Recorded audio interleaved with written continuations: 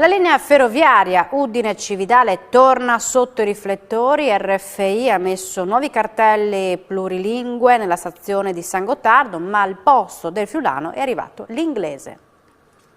Rete Ferroviaria Italiana garantisce il bilinguismo nei cartelli sulla Udine-Cividale, ma sbaglia idioma, via il friulano arriva l'inglese. È successo nella stazione di San Gottardo a Udine, dove nei giorni scorsi era stata tolta tutta la segnaletica in italiano e friulano. Ora i cartelli sono ricomparsi, rigorosamente plurilingue. Peccato che accanto a uscita non ci sia più il friulano Jessude, ma l'inglese exit, e che sotto la scritta vietato attraversare i binari appaia un internazionale Do not cross the railway lines. Tutto questo dopo le polemiche divampate la settimana scorsa sui nuovi cartelli alla stazione di Cividale, dove il toponimo in tre lingue aveva lasciato il posto al solo nome Cividale, senza nemmeno del Friuli. La levata di scudi del territorio aveva portato RFI a tornare sui propri passi. La strada del plurilinguismo è giusta, ma la direzione è sbagliata. Come responsabile delle politiche linguistiche del comune di Udine, dice il consigliere di Palazzo d'Aronco Stefania Garlatti Costa, chiedo ufficialmente a RFI di adottare una segnaletica plurilingue che comprenda il friulano. Per il presidente dell'Arle, Feros Cisilino, si tratta di un errore emendabile. Probabilmente, commenta, si tratta di cartelli programmati prima delle polemiche della scorsa settimana. L'inglese va bene, basta aggiungere il friulano. Questione di una manciata di euro, conclude.